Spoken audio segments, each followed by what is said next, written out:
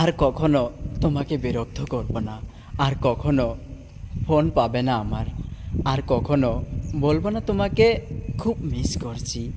Receive না করা প্রতিটা কল, উত্তর না দেওয়া প্রতিটা মেসেজ, আর এড়িয়ে যাওয়া প্রতিটা কথা, মনকে বোঝাতে পারছি না যে সবশেষে আমি কতটা মূল্যহীন হয়ে গেছি।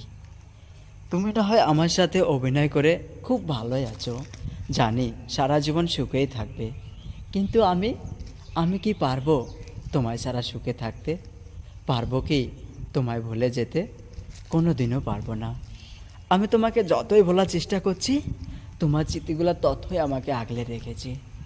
মনে করি এবার সত্যিই ভুলে যাব, আর কখনো পিছু দেখব না তোমাকে। কিন্তু তোমার চেহারা যখন সামনে আসে, তখন মনে হয় এবার দেখি, তারপর ভুলে যাব। আর তুই অনেক সুখে আছিস, তাই আমাকে ভুলে গেছিস। আমিও একদিন অনেক সুখে থাকব, কিন্তু তুই সেদিন দেখিস আমি তখনও তোকে ভালোবাসবো। কেন জানিস? আমি তোকে যতটা ভালোবেসেছি, এতটা ভালোবাসা নিজেকেও কখনো বাসতে পারিনি।